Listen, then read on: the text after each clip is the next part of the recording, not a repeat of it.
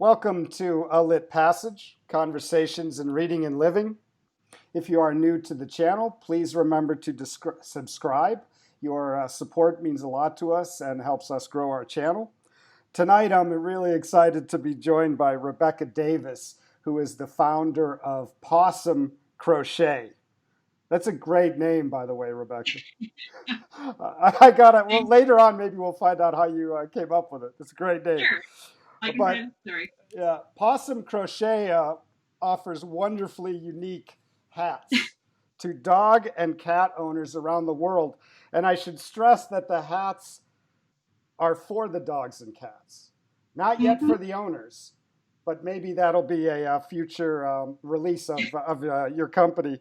But I'm really thrilled you could take a little time away from packing up orders. I know you do pretty much everything over there.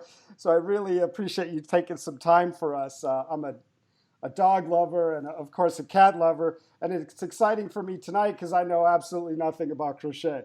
So this is a good fusion. And I wanted to really bring you on for a couple main reasons. The first is, as Americans, we can both relate to the inspirational story. You know, they always talk about Bezos starting in a garage and now he's the richest man in the world. And that those stories are important, but in some sense, when you're starting out, I find it more inspiring, or at least equally important, if not more important, to hear stories from people who are just a few years into developing an idea. They're not yet just on the idea, no longer on the idea, but they've spent 2 or 3 years in. And I find when you meet people like that, whether it's about a skill or starting a business, it's really a jolt of inspiration. And I think you qualify because Pawsome Crochet is about 4 years old now. Technically, I started 5 years ago, but I Okay. didn't really move to the pet crochet accessories until about 3 years ago. So Okay. I'm really only 3 years into it. So Okay. Perfect. Perfect. The yeah. other reason I think is really important is that now most of us are at home a lot. There's maybe some, well, definitely some economic uncertainty for all of us. And I think now people are looking around at either skills they have or ideas they have or developing ideas or developing skills. And your idea of turning it into an international home business, you know, you have customers all over the world, I think is something all of us can think about and learn from and maybe gain some confidence in starting. So thank you for the time again. I really appreciate it. Absolutely happy to be here. And I just wanted to share a little story. I call it my Holy Donut Inspiration Story. And I think it sets up the theme for our discussion. And I was visiting Portland, Maine years ago with my family. That's where my family's from.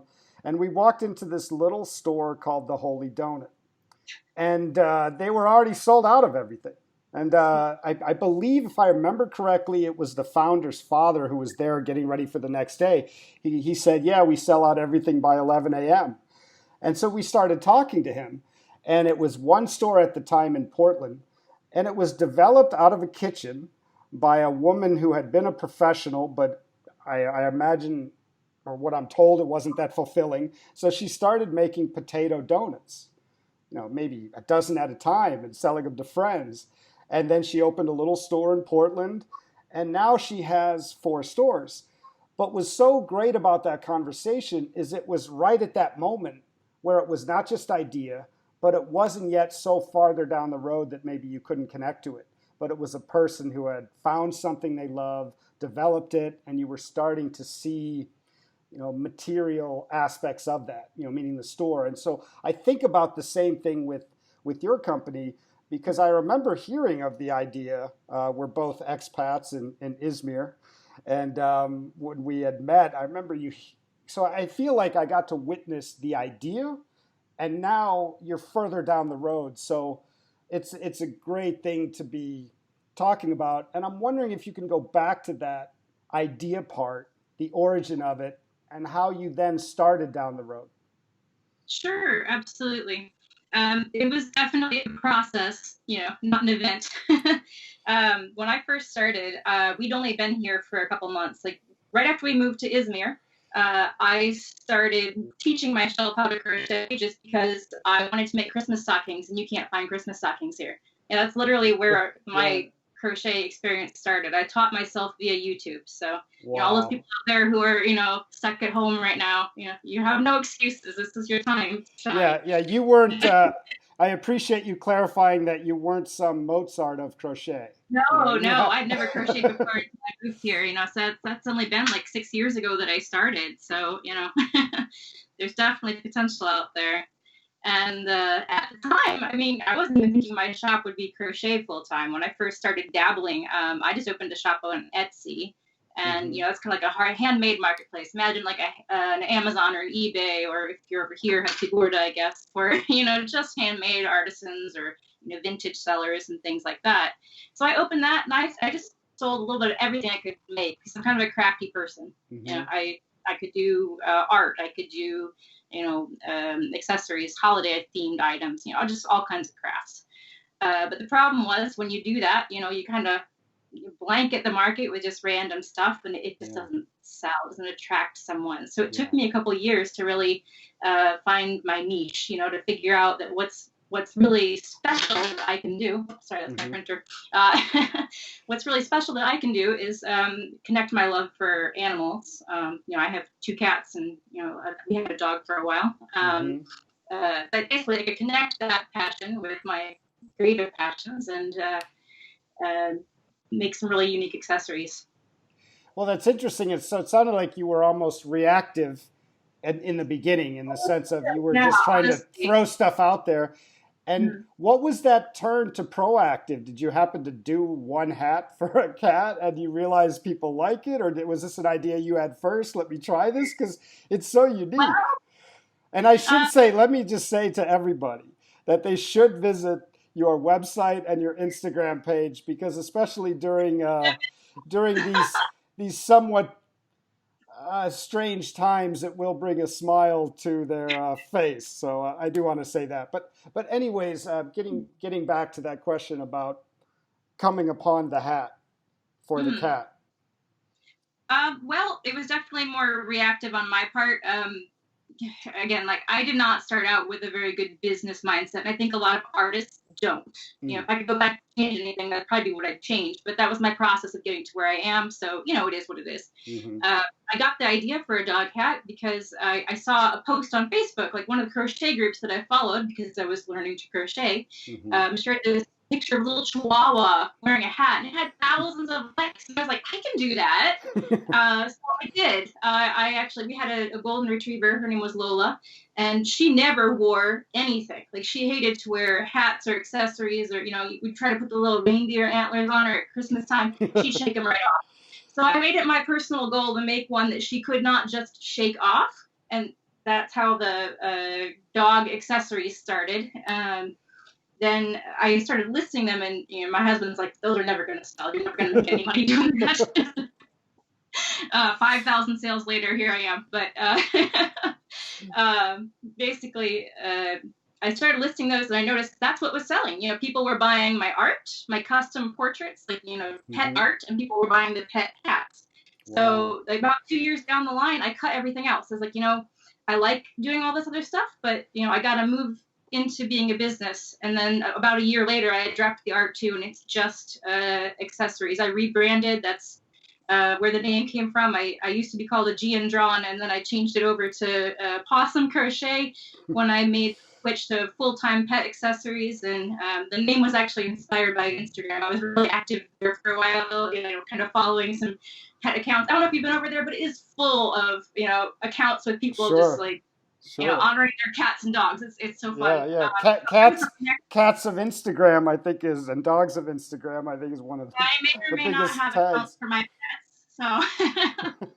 And you were saying, so you got it from Instagram? Was it a customer who suggested it, or or did you just put it Yeah, together?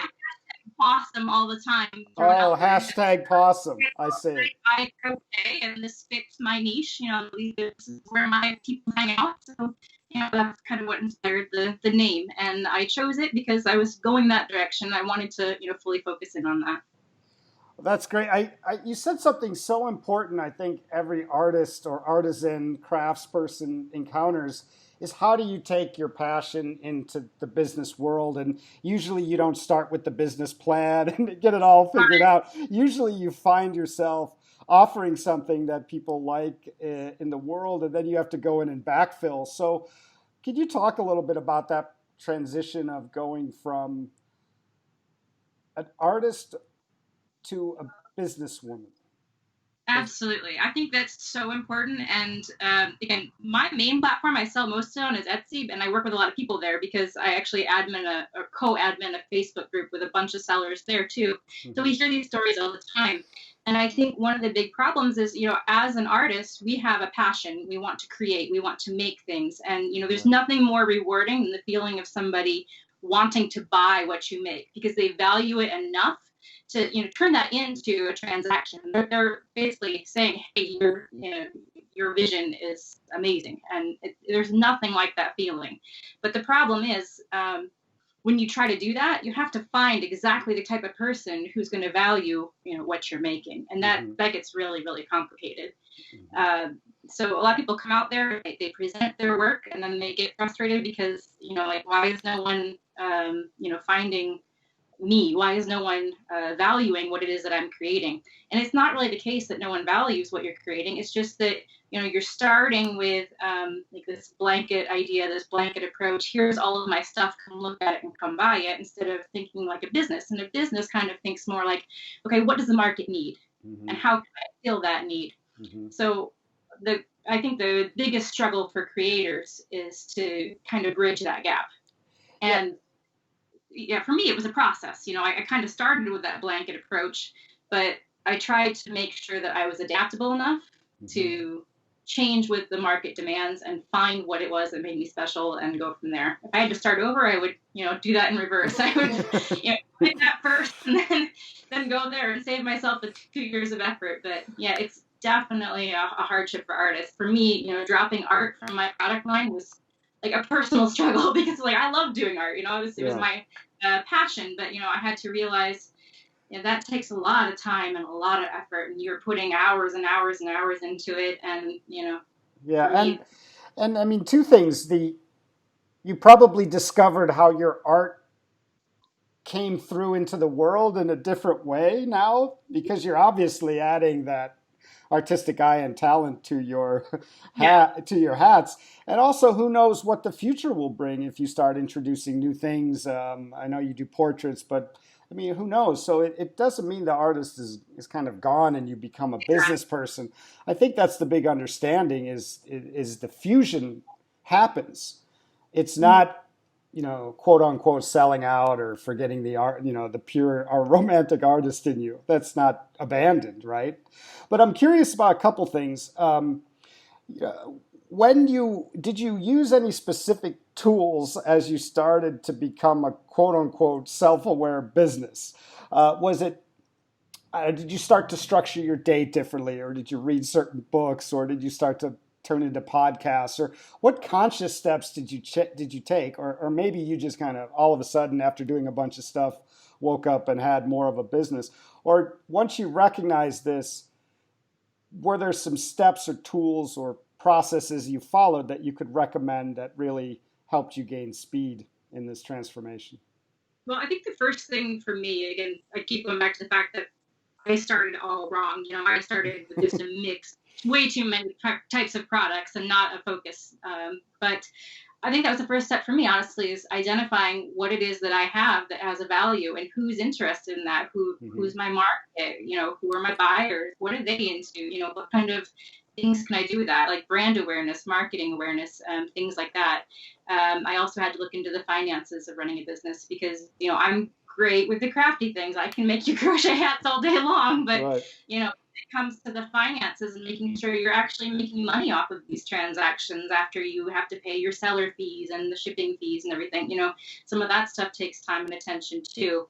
There are some marketing resources out there as well, as far as I don't really know that I read too many books on it because a Mm-hmm. lot of what I was doing at the time was still so Etsy focused, and Mm-hmm. that's its own little its own little market. So to Hmm. speak. It's very different from like Google. But you have to teach yourself everything, SEO, how to be found, so many different things.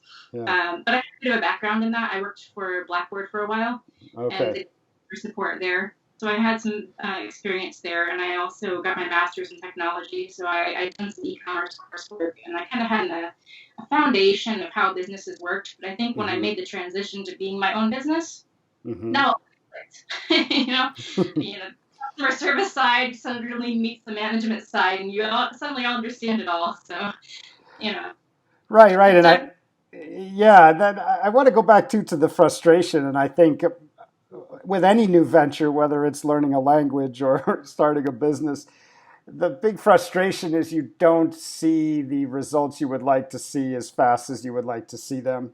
And so you give up.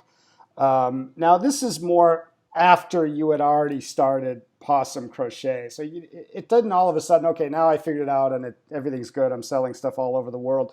So was there a frustration period even after you figured out what you wanted to offer, you were designing with your kind of artistic passion, you felt like you had something to offer, but it still doesn't happen so quickly.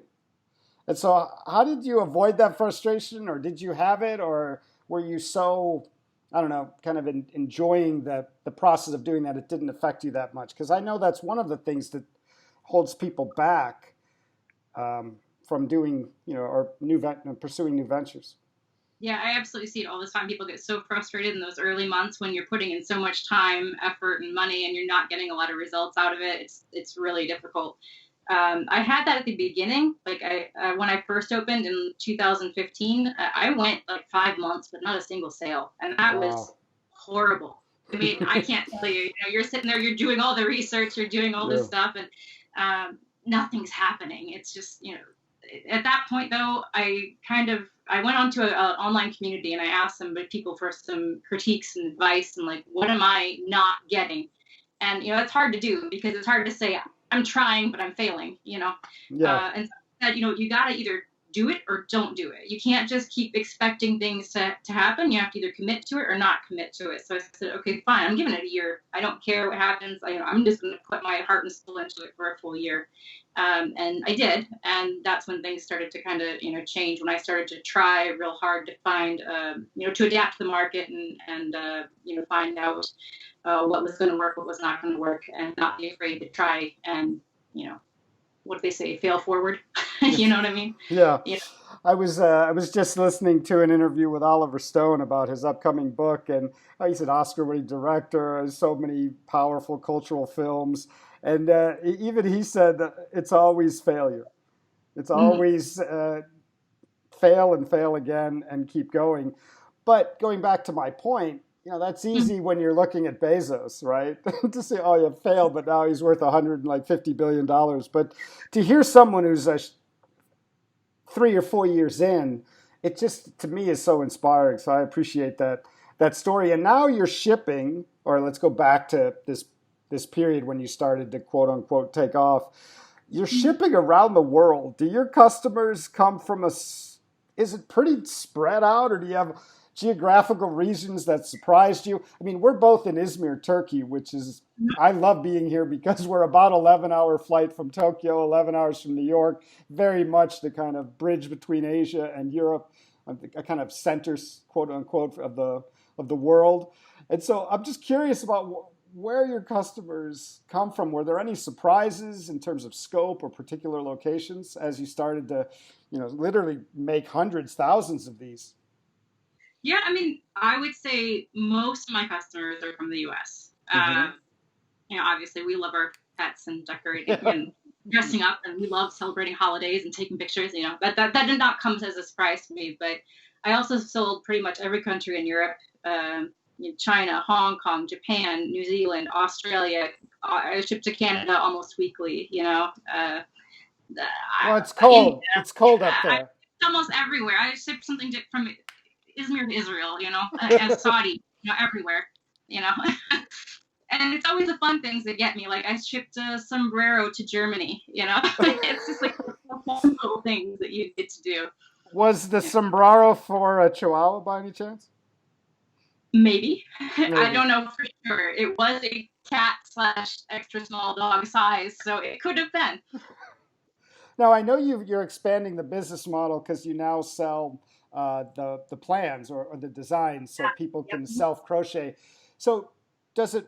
Do people most often select like contact you for a custom, or based on something you've already done and say I would like that, or do you develop designs? Like let's take the sombrero. Did someone contact you? I'd like. Can you make a sombrero? Are you open to those kinds of uh, orders, or is it more based on what you have as a product line? I'm just curious because it may help with how people can. They don't have to be stuck in one thing, just taking custom Yeah. or yeah. Yeah, definitely. Personally, most of what I sell is the actual physical product that's already in my product line. Mm-hmm. But I do customization, like I'll change a color or something for free because, it's the same thing. I'm still making it myself. It's easy to swap. And I take custom order requests, like completely custom designs, when I'm able to. Come Halloween, Christmas, I'm just packed. So I usually can't, as much as people want me to do like custom Halloween costumes. Like, can you make my dog an alien? Uh, Not right now because I got about 65 other costumes to make, but I do definitely take them on. My cowboy hats were inspired by that. I have little cat cowboy hats, and it all came from some guy in Australia asked me, "Can you make a cowboy hat for me?" I'm like, Wow. "Sure." And then I went and did the pattern for that too. I'm slowly expanding the patterns. You touched on it there, but patterns are great because they're a little bit more self-sustainable. Mm-hmm. You take a lot of time at first to put them out there and make sure that they are 100% accurate and easy to follow, and there's a lot of upfront time in it, but then it's pretty much one of those things you list and it's automatic. So those have been very nice in terms of time crunch wise because, like I said, I get pretty packed sometimes around the holidays, and that's my biggest limitation right now is I can only do so much with my own two hands. So I'm Right. 100% made by myself. So 100. And that also is the.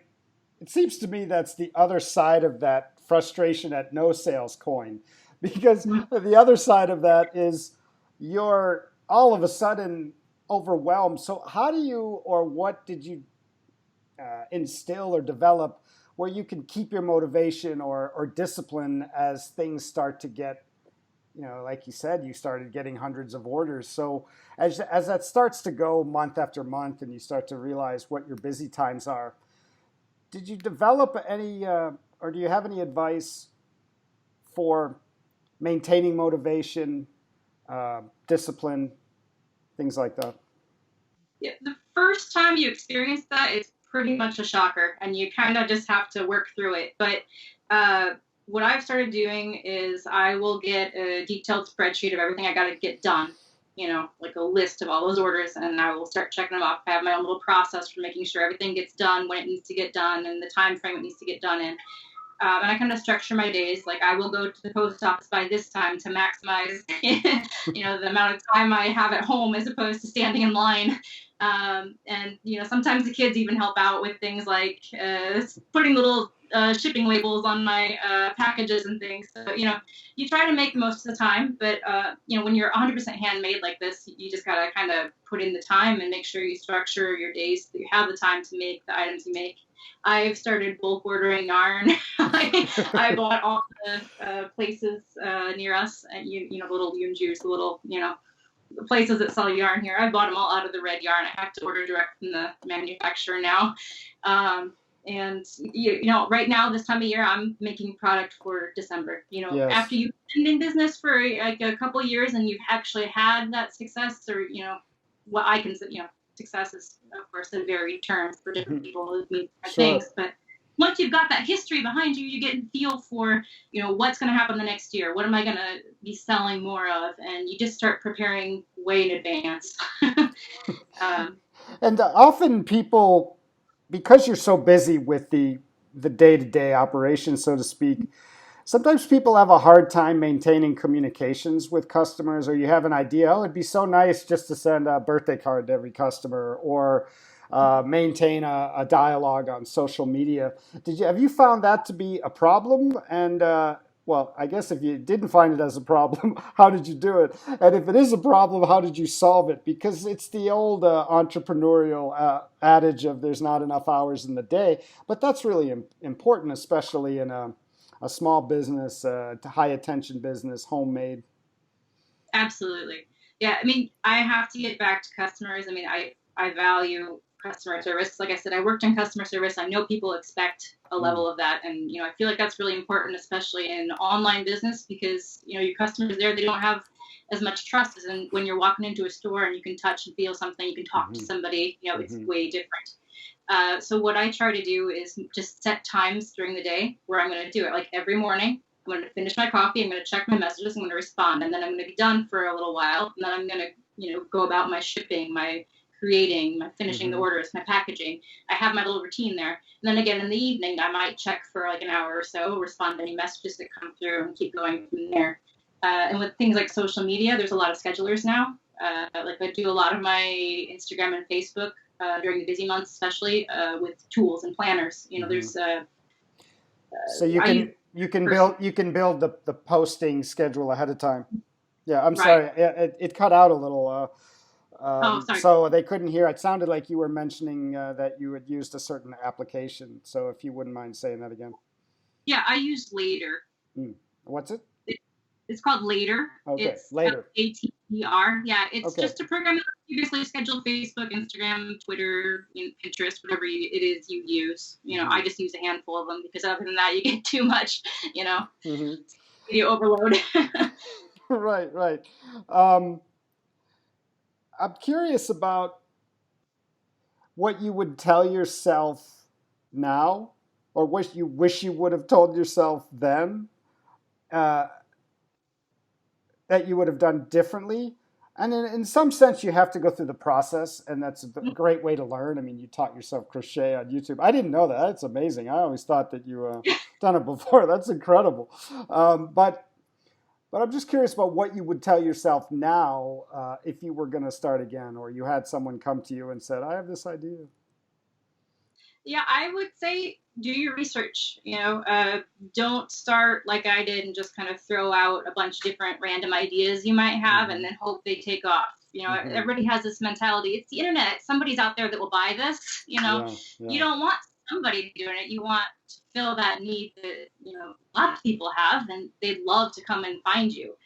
So, I mean, if I had to tell myself again, I would tell myself to do some more, market research in advance to find something that is unique and something that makes people happy, people that makes me happy, that I can grow and build on, and not just try to throw out like a million different ideas, and hope one sticks. Because that honestly, it is the process sometimes for some people, but again, that goes back to that difference between being like a creative person with a bunch of passions and a business. And Yeah, I would say I think that's good advice, but I also think how many people knew they wanted a hat for a cat? I mean, in a way, yeah, you don't want to just throw everything out there, yeah, but innovation is. So I completely understand what you're saying. I think it's great advice, and I'm kind of just playfully pushing back, I guess. When you think of innovation, that there has to be a kind of pushing forward at the same time too. Is maybe this will work for someone, and then pull. right. Maybe it's not your only idea, or maybe you don't go all in, but there's also a surprise element that you can't necessarily figure out in the research phase. And I think sometimes people get stuck in the research phase to go into the learning language. I've been working on Russian, also Turkish. And at some point, you just got to go start speaking and making mistakes and figuring it all out. You can't just study all the time. And so I'm wondering if you would agree with that assessment. I mean, I'm not familiar as you with developing this business, but Yeah. I thought there wasn't a guarantee after the research, I think is what I'm getting at, and there's still something you're offering that is new and creative and kind of risky. Yeah, and you got to go forward at some point. You can't just sit there, otherwise you're never going to go anywhere. But like for me, I would say if I had to start again, I would start with 20 to 40 items that I Uh-huh. thought might go, I see. and then I would market those, push those, see what happens, see what people buy, observe the Hmm. trends, and keep going forward with that. But Hmm. like I would make sure that those 20 to 40 items were a good collection of things that I thought might work. Hmm. But I wouldn't do like I was saying before, like I would do jewelry and women's Oh, I accessories, see. Yeah. and mosaics, and this, it's just too much. You Yeah. don't want to be you don't want to try to be everything to everyone. You're not Amazon. You want to be, Right. something to the people that you're trying to reach, basically.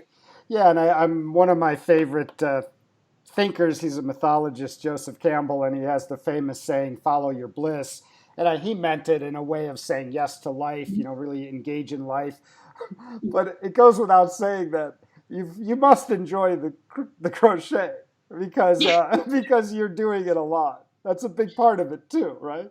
There are times when I'm like, if I have to make this one specific hat one more time, I do have those moments. But you just take a break for a while. And every summer, I take time to myself to make a few Ah, projects for myself. that's It's kind good. of my me time to get back into like trying new things, and it gives me some creative freedom, I think, again, to kind of come back at it with a fresh set of eyes. So yeah, it's definitely important. That's really a great point, and I think sometimes when people are playing catch up, and often when they're doing everything from the shipping to the marketing and communications, but taking that time off to think, you probably get more in touch with your artistic approach overall and start to envision new products or new approaches or just new projects. That's great advice. That you Yeah, literally really need you to build that into give the yourself. calendar. It's really hard to give to yourself too when you're doing everything, and especially like I said, from August to December I am usually full. So come January I just want to sit down and not touch a crochet hook again for a while. But then you kind of build back up. You get your momentum going again. You give yourself some time to take Okay, some pieces off your so family. how soon do I have to put my order in for my fiance's dachshund for Christmas? It's Time Orthodox, so it's a between now little. and, well, let's see, your flight's going again yet? I need to check with the post No, office there. it would be January. It would be January. So it's after the rush because it's Yeah. Orthodox Christmas. So it's in January. But I think one of the exciting aspects, of course, is the fact that you can just be in Izmir and be communicating with people all over the world and sending stuff all over the world. So we don't have to spend too much time talking about this amazing interconnection of global economies. But on the other hand, I think businesses like yours in times like these are emphasize the local. So just the fact of Turkey and Izmir in particular, this province is very famous for textiles. So could you talk a little bit about how doing this is really honoring the local interaction, whether it's between you and the item, you and the customer, you and your suppliers? And that's something that is very different and cherishable, more so than just buying everything at a big box store or a big, massive website. There's something that I think we're going to be doing that more and more now with um, the ability to market from the local, but often, travel is less now. There's problems with, the coronavirus still. So I'm just wondering if you had the same experience of the local, an enhancement of the local in Oh, developing this venture. I mean, not so much with customers because here I don't know if you know, but there's like a little bit more of a stigma around dogs. We have so many street dogs and street cats and things, and that people don't really dress up their pets as much here. We Right. might like to in the U.S., Europe, other countries. But definitely with my suppliers. Up until this year, I had never actually ordered anything. I always went straight with the locals here. I would go to little mom and pop shops, and I have gone to these yarn stores so many times. They know me by name. Yeah. They Your favorite customer, probably. more of this one. We ordered some more for you last week. The only reason I stopped doing that is because again they ran out of supplies, and with Corona, some of these people were over 65. They couldn't run their shops anymore, so I had to keep getting stuff somehow. And the post office, honestly, that was my biggest surprise. Going to the post office every day, they all know me by name. I walk in there, and I'm not so and so's mom or so and so's wife. I'm Rebecca Hunnam. They greet me by name. The Yeah. security guards, the Yeah. people at the desk. They give me giant rolls of shipping labels and like stuff, and they give Yeah. me bags by the box. So Yeah. yeah, it's been definitely nice to have those little connections that you wouldn't think you would make. And I think we get those more here in Turkey than a lot of other places, perhaps, Hmm. because the culture is just so much more social like that. But Yeah, and very appreciative, that. very appreciative. And I guess I used the wrong word with customers about local. I should have said personal. The personal interaction and the personal and the local is becoming even more important now, even if it's somebody in Germany using whatever Yeah. social media, but there's still, they can talk to the artisan or they can talk to the founder, or it's your name and your hands behind it. And that's important, I think, rather than ordering this off of a big, I mean, who knows where, right? Right. I just had a lady yesterday who emailed me through my website, and she said, I want to order this, this, and this. Can I get these from you? And she went on to explain, yeah, I was supposed to go to Jamaica in April, but Corona canceled my vacation. And she's chatting with me. I got somebody else on Etsy at my shop still open there. So, I got somebody over there messaging me like, oh, could you make this pattern for cats? Because, my son just got adopted a rescue kitten right now. And, she just keeps telling me her story. So I think there's definitely that bit of personal touch that you Yeah, don't get if you go to some big box store, yeah. and I think people do appreciate that. And I think it's so much we talk about price. Well, I mentioned Amazon, get it for the cheapest. And you do have to be aware of that. It's probably a challenge for pricing, but I think people value that it's handmade, homemade. You can email the artisan, and so it's almost like, I don't know if you had this experience. I seem to say that a lot, so I'll just ask you.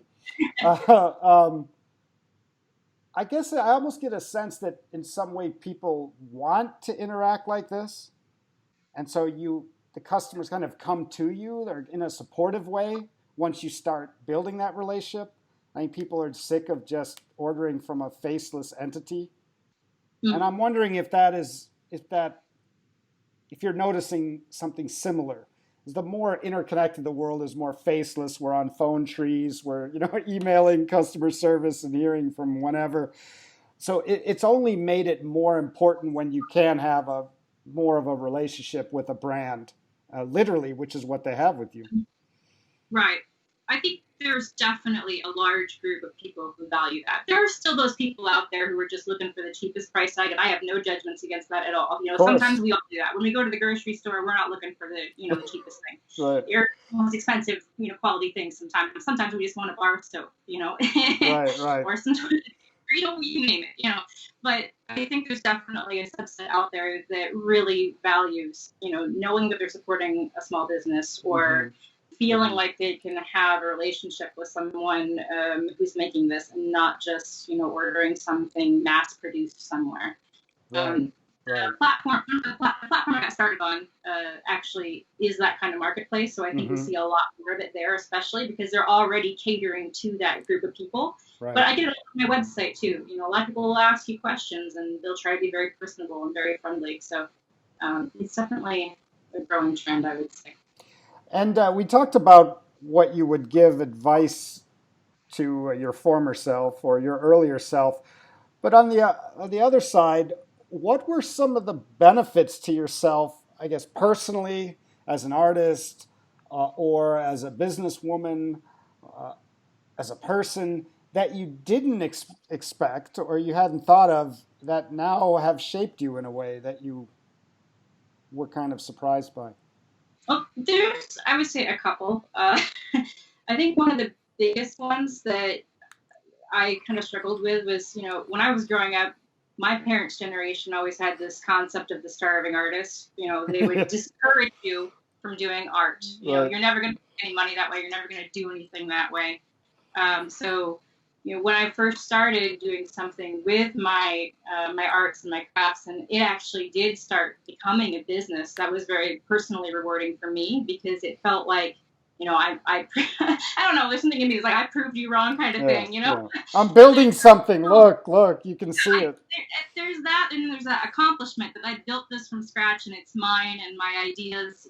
There's a self validation of your creative passion there that really, it feels good. And then I think the other thing is just, it's me. What I'm doing here is me. I'm not like I said this before, I'm not somebody's mom, I'm not somebody's wife, because when you're an expat, you travel to another country, you're often doing it because of a Hmm. spouse or because of some other situation. And you come here and you're kind of like lost, and you're trying to figure yourself out and where you fit into this big picture. But when I do my business and my craft, everything is 100% me, and it's my identity, I think, as much as anything else, because it's so personal, because it's, you know, um, all run by me. It's a very rewarding feeling. Gives you a sense of identity and purpose. Yeah, that's great. And I'm wondering if you could say a little bit more about being an expat. As you said, many husbands or wives or partners come here without the ability to work on a work permit. And this is, you alluded to being able to still contribute and build something without that. But I'm also curious about how you felt it has made you interact with the community, Mm-hmm. in our case, Izmir, in a way that you wouldn't have if you hadn't taken this step. You're not just, I don't know, maybe I know you have two beautiful children, so you're the school mom, and you have a husband who's working, and so you have his connections. But in a way, this seems like an interesting way into the culture of which we're now living in, away from our home country. So I'm wondering if you could say a little bit about that experience. Yeah, it definitely is. When you come here as a spouse, you kind of start with, okay, what can I do? I can teach English, but I don't have a teaching background. I have a degree in technology, so you kind of think then, okay, what do I do? And I just couldn't sit still and do nothing. I couldn't, just help and things and be a mom. I wanted to do something more. And the extra income was definitely a plus, but we started small, wanting just a little bit on the side, and then it grew into something. As far as community goes and discovering the local areas, though, I think that kind of inspired me to do the whole Mm-hmm. crochet bit to begin Mm-hmm. with. A lot of people here do it. You see them on the street; they're always crocheting or knitting or something. You see all the not just the older ladies either; the younger No, ladies are all doing. you're And right. You're right. yarn. This is yarn capital of the world. We're in Turkey. We're very fortunate. I'm very fortunate, at least for that. So there's that aspect, and then there's just the community. My husband likes to joke that I'd never learned as much Turkish as I have. I hadn't been going to PTT, the local post office here, every day to talk to them and ship Yeah. things. So he's like, you learn so much vocabulary just by trying to explain where you wanted to ship something that day, or trying to resolve those problems that you probably had a whole education right there. So there's elements of the culture and the local neighborhood even, that Right. you Right. know just Yeah. by doing and interacting. Yeah, it's interesting that when you start, it can be very intimidating. So much of it is online, and then you're just busy creating your designs. But there Mm-hmm. seems to be helpers who show up along the way, whether it's the person you get to know at the post office who can, you go in with your developing Turkish and you need to send this to Hong Kong or this to Atlanta. And those little interactions, that's another reflection of the local. It really adds and can build a wave of confidence when trying something new, along with, opening yourself to your new community in a way that you probably wouldn't have done before. Absolutely. They kind of use me as a translator now. If a foreigner walks in to send a package, you're like, Rebecca Hunnam, I'm here. Yeah, yeah, that's great. I have to ask you this because your degree was in technology, and a lot of people are intimidated by all the technological aspects, whether it's, what website provider do I use, and what tax program do I use, and what social media. And it can be, I found that the idea often isn't the mud that slows you down, it's these other things. And you're lucky because you did come from that background. So, do you have any advice for people who may be late to the technology, even though it's lucky now because platforms are improving, so they're easier to use? But that often can be one of those frustrations that make people say, it just can't happen. There's too many moving parts. I can't learn website building. I can't learn that. It's Do you have any advice about how to navigate that space when that's on top of just developing your idea? I would say just don't give up. Keep researching, like not kind of keeps doing research. I don't mean necessarily, spend hours and hours researching it, but find somebody who can help you. There are so many different communities out there. I'm active on Facebook groups because I find that it's a great way to instantly react or to ask questions, get advice, things like that. But there are so many different places where there are people who can help you. You can hire people if you have a bit more capital to start with, Mm-hmm. who can build that website and edit that website and manage that for you if that's a problem for you. I mean, there's just so many different places you can ask, and so many different people nowadays who do get the technology that there's a lot of options. I would not let that part be the part that stops you. If you've got that passion, don't let that be the thing that stops you from going forward. Yeah, there's speaking of the platform, when you talked about learning crochet from YouTube, there's almost everything on there that helps you translate the techno speak into something you can connect with. But so many people have so many things to offer. And it may not become the next Amazon, but it's still just as valuable to the person, to the family, and to the customer. And I think now, as people are looking around their homes or figuring out what to do with their time, and it's just a way to tap all of that. And so I really appreciate you telling your story about that. And I'm curious about that journey you had from idea to now company that's shipping globally. And if people need to order by Christmas, they need to do it pretty quick, right? A couple of months yet, Yeah, but yeah, you yeah. should probably start getting ready for Halloween, especially if you're in the U.S. Because I don't know if you heard, but USPS is a mess this year. I don't know. Yeah, yeah, yeah, yeah. I did. Yeah, I did. Is Halloween bigger than Christmas for the hats for cats and dogs? Yes. It is Halloween, so this is Right. more of the rush. Right. So wow, Yeah. so I'm really taking you out of your No, no. disciplined workflow right now. Oh, okay, thank It you. didn't start for another month or so yet, but it's just slowly to get building. I had a devil hat for cats and a witch hat for dogs this week, so it's slowly starting. That's amazing. You had mentioned we. I was just curious about where you're going now. You had mentioned about you had moved into now the patterns are available so people can learn to crochet themselves and or if they already know how to follow the pattern and make the product for themselves. So I'm curious about, do you have any, what's next? Do you have visions next, whether it's just customer numbers or you'd like to have employees, or what's your next step and how do you think about that? Well, the problem I'm reaching now is like just the problem of scale. There's only Mm, so much you can do with your own two hands and the time you have in a day. right. So, I'm kind of struggling with that point right now. And I think there's a couple different ways I could handle that. I could either try to go more digital, like Mm-hmm. I've started the pattern process and I'm making it a goal to pretty much double my pattern offerings by this time next year.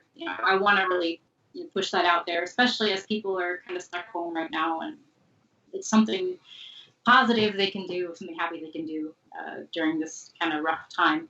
But I think in general too would be a good move for us to make. And then again, with scale, I think I could try to find employees, but then that gets kind of tricky when you're in a foreign country and Right. Right. so yeah, that's where I'm kind of at right now. I'm thinking of how to move forward from here. I'm at a good size right now, but I can't get too much bigger on my own, Right. and that's the problem I'm trying to overcome at the moment. Right. And hoping to get some ideas on that in the next couple of years. Wow, that's amazing. I'm just I'm wondering if people like me are thinking, I wish you were still making the Christmas stockings because I don't seem to find them that easily in certain parts of the world. So, is that still an option, or are you too busy with the hats? Yeah, it depends. Honestly, it depends on the time of year. I had to turn someone down last year because like, okay, it's November. Can I get a Christmas or can I get a Christmas stocking in time for Christmas Eve? And I'm like, oh, if you'd asked me back in July, probably, but not right now. So it depends on the time of year when you hit me. So Yeah. Well, before we go, what are the best ways for people to keep up with you or communicate with you as far as asking about designs or custom work, or if they have questions about what you offer? Yeah, we've got a live chat on my website right now, so you can always chat with us there. My email's there as well. I also have Instagram and Facebook that I'm pretty active on. Um, we don't really do a whole lot of videos yet. Maybe soon because some of our website platforms are kind of pushing video a bit. But right now, I would say, yeah, our website, Facebook, Instagram, that's where we are. That's great, I and say we because, yeah, yeah, go ahead. we'll make sure we include the links below so they can connect with you. But to bring it back to the Holy Donut inspiration story, I find people who have, whether it's a language or an idea or a skill that are a few years in, incredibly inspiring in a way that you can touch and learn from and feel. Maybe there's less excuses, because it was only a few years ago you started from just stumbling into the idea of how to contribute with your artistic talent. So I really want to thank you for sharing that story and for the advice and the time. And I'll just stress again that I think this is a time that people are going to be looking around and they should feel that while it's hard, everyone's gone through the fact that it's hard and they can get through into the stage where you are. It can Absolutely. happen, yeah. Just have to not give up. You have to keep going. Yeah. Okay. Well, speaking of keep going, I'll let you get back to your shipping or your Halloween Will orders. do. I remember what I was going to ask you. What are the most popular Halloween hats for cats and for dogs separately? Okay. For cats, witch hats. Witch hats. Okay. Dogs. Classic. For dogs, last year it was Frankenstein's. Frankenstein. Wow, that I would not have guessed that. I got featured somewhere, and it didn't really go viral per se, but I got featured somewhere, and they went real well. So yeah. Well, I've got to go back on your media because I didn't see the Frankenstein. I think I may have missed it, but I got to definitely go back now. And then I was going to ask: is it evenly distributed between cats and dogs, or is there a propensity of one owner of one type of animal to get a hat more than others?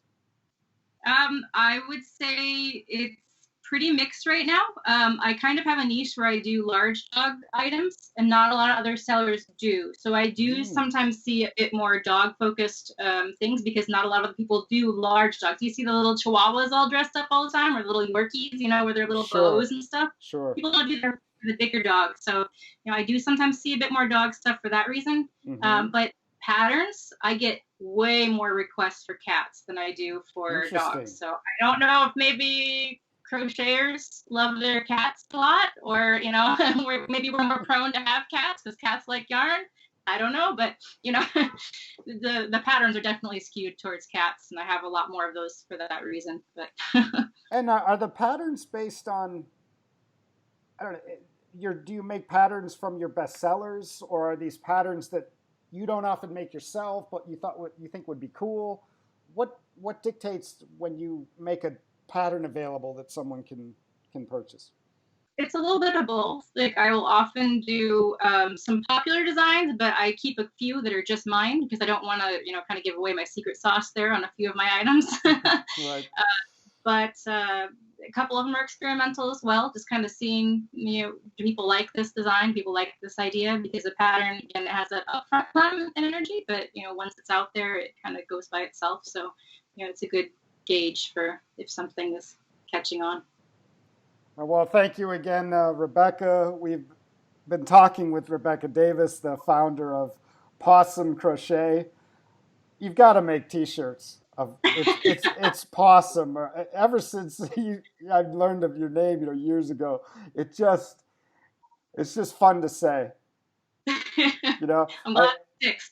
yeah, like we're both from Illinois, and when I used to drive across the country with my parents, we would always come across. Remember those trucks that were from Ross Swiss?